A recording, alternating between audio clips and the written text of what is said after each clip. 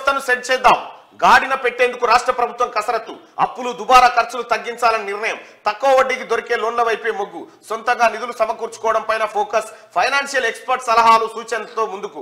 ఇప్పటికే ఆర్బీఐ మాజీ governor Raghuram రాజన్తో CM Revanth Bhatti Vikramarka భేటీ. వచ్చే బడ్జెట్ ఉన్నది ఉన్నట్టు రూపొందించాలని అధికారులకు ఆదేశం. ఇక్కడ ఉన్నది ఉన్నట్టు. ఇక ఇక్కడ మనం చాలా కీలకమైన పాయింట్ అది. ఉన్నది ఉన్నట్టు. ఈ ఉన్నది ఉన్నట్టు కథ ఏంది? ఇక ఇక్కడనే అస్సలు కథ బయటకు వస్తుంది. ఈ ఉన్నది ఉన్నట్టు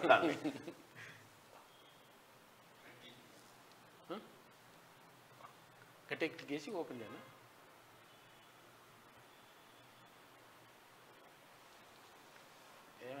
కీబోర్డ్ పెట్టలేకపోతే అవుతుందా? కింద పెట్టాలి. రెండు వస్తానే అవునుగా. ఇదేటో బాయ్.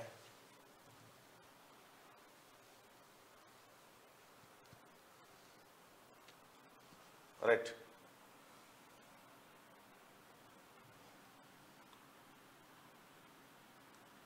వస్తుంది.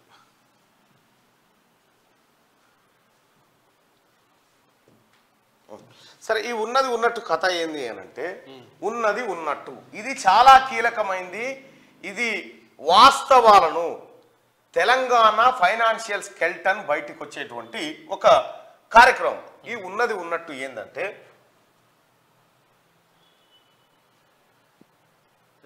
ఏందో ఇది మార్చమని చెప్పాలా, మొన్ననేది ఇచ్చినాడు. ఉన్నది ఉన్నట్టు అంటే ఏంటంటే, కేసీఆర్ ఏం చేసిండు గతంలో అంటే, పావుల జేబులు ఉంటే రూపాయి చూపించేది సినిమా. మన తాను ఉండేది పావులనే. వదిలే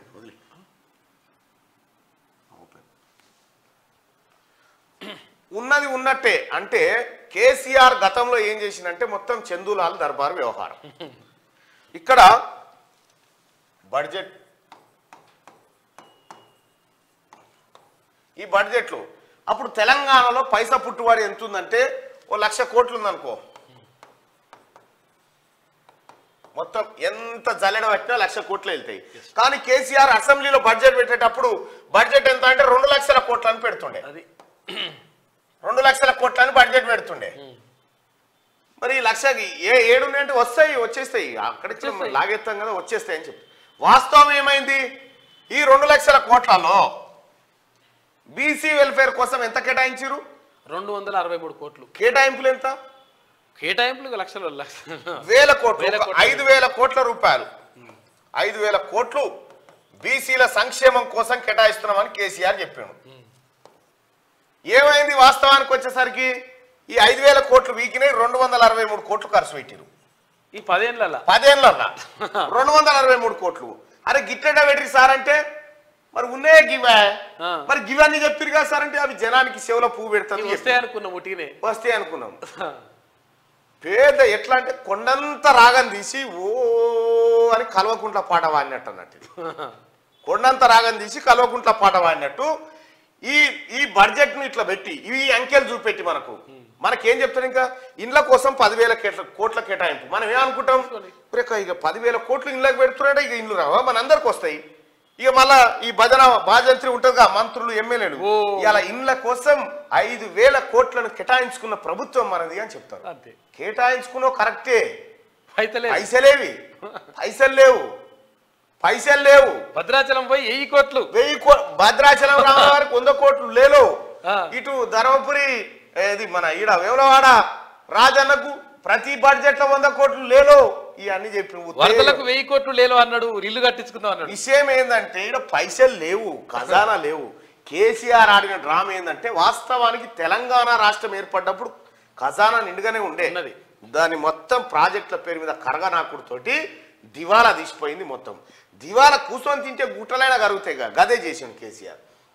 ఇక్కడ బీసీ సంక్షేమానికి 5,000 కోట్లు అంటే 263 కోట్లు ఖర్చు పెట్టిండు. ఇవేవంటే ఈ ఖాతాలు జమ చేయాలి. మళ్ళా ఇవెక్కడి అంటే ఈ ఖాతాలు, ఇవేం వాస్తవం, ఇదేమో అబద్ధం.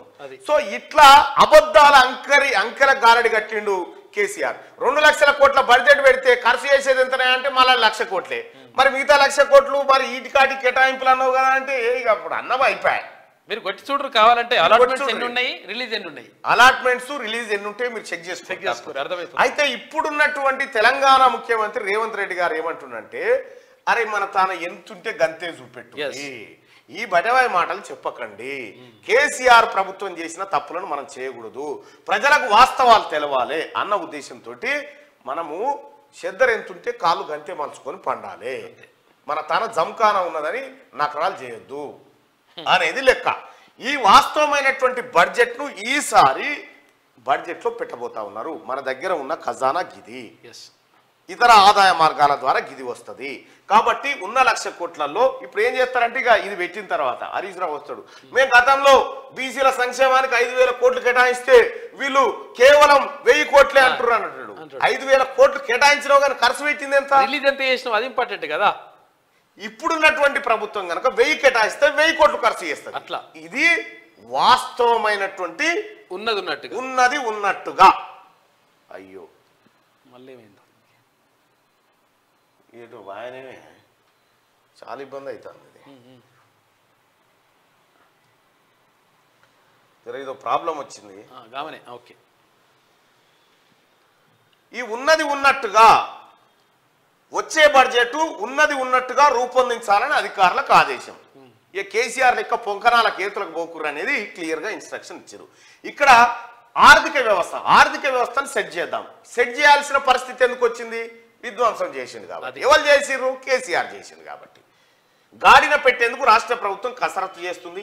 అప్పులు దుబారా ఖర్చులు, ల్యాండ్ క్రూజర్లు కొనాలి, ప్రగతి భవన్ గోడ పెంచాలి, భద్రత కట్టుదిట్టం చేయాలి, ఇవే పాపం చుట్లు రోడ్డు పోసుకోవాలి, ఇవన్నీ దుబారా ఖర్చు. బుల్లెట్ ప్రూఫ్ బాత్రూమ్ ఇటువంటి అన్ని దుబారా ఖర్చులు. ఈ దుబారా ఖర్చులు తగ్గించుకొని ఆఖరికి అప్పులు కూడా తగ్గించుకోవాలి. తక్కువ మిత్తికి ఏమన్నా అప్పు దొరికితే తెచ్చుకోవాలి. కేసీఆర్ ఎంత అన్నా కానీ మిత్తి ఎగొచ్చోనికి ఏముంటుందా? మిత్తి ఎంత అన్నా కానీ తెస్తా అంటే తే అంటాడు. కేసీఆర్ ఏం 100కి 12 రూపాయలు ఇంట్రెస్ట్, 100కి 12%, 13-14% కడిగి గుంజుకొచ్చాడు. 100కి 6-7 దొరికే పరిస్థితిలో మార్కెట్లో ఉంటే. ఎందుకంటే కేసీఆర్ జల్దీ బుక్కాలే ఈ భూకర మీద ఉండగా, ఈ భూకర మీద ఉండి గీడికి తెచ్చిండు రాష్ట్రాన్ని. ఇప్పుడు దీన్ని సొంతగా నిధులు సమకూర్చుకోవడం పైన ఫోకస్ పెడతా ఉంది రాష్ట్ర ప్రభుత్వం. అందుకోసమే ఫైనాన్షియల్ ఎక్స్పర్ట్ సలహాలు సూచనలతో ముందుకు పోతా ఉంది. ఇక రాష్ట్ర ఆర్థిక వ్యవస్థను గాడిన పెట్టేందుకు ప్రభుత్వం కసరత్తు మొదలుపెట్టింది. గత బీఆర్ఎస్ ప్రభుత్వం ఎడాపెడా అప్పులు చేయడంతో నెలవారీ కిస్తీలు వడ్డీల చెల్లింపులతో కొత్త సర్కార్పై భారం పెరిగింది. ఖజానాలో అంతంత మాత్రమే నిధులు ఉండడంతో ఉద్యోగులకు జీతాలు, సంక్షేమ పథకాల అమలు, ప్రాజెక్టుల నిర్మాణం తదితర పనులు చేపట్టేందుకు ఇబ్బందులు పడాల్సి వస్తుంది. దీంతో నిధులు సర్దుబాటు చేసుకోవడంతో పాటు ప్రజల సంక్షేమంపై దృష్టి సారించేందుకు కాంగ్రెస్ సర్కార్ ప్రణాళికలు సిద్ధం చేసుకుంటున్నది. ఇందులో భాగంగా దుబారా ఖర్చులను తగ్గించడంతో పాటు రెగ్యులర్ గా తీసుకునే అప్పుల విషయంలో ఒక క్రమ పద్ధతి పాటించాలని నిర్ణయం తీసుకున్నది. ఎక్కువ వడ్డీకి అప్పులు తీసుకోవద్దని, తక్కువ వడ్డీకి రుణాలు ఇచ్చే ఆర్థిక సంస్థల నుంచే లోన్లు తీసుకోవాలని భావిస్తున్నది. ఇందుకోసం అవసరమైతే కేంద్ర ప్రభుత్వ సాయం కూడా తీసుకోవాలని అనుకుంటున్నది. మరోవైపు భారీగా పేరుకుపోయిన పెండింగ్ బిల్లులను క్లియర్ చేస్తూనే ఎక్కువ భారం లేకుండా కొత్త పనులు మొదలు పెట్టేందుకు ప్లాన్ చేస్తున్నది.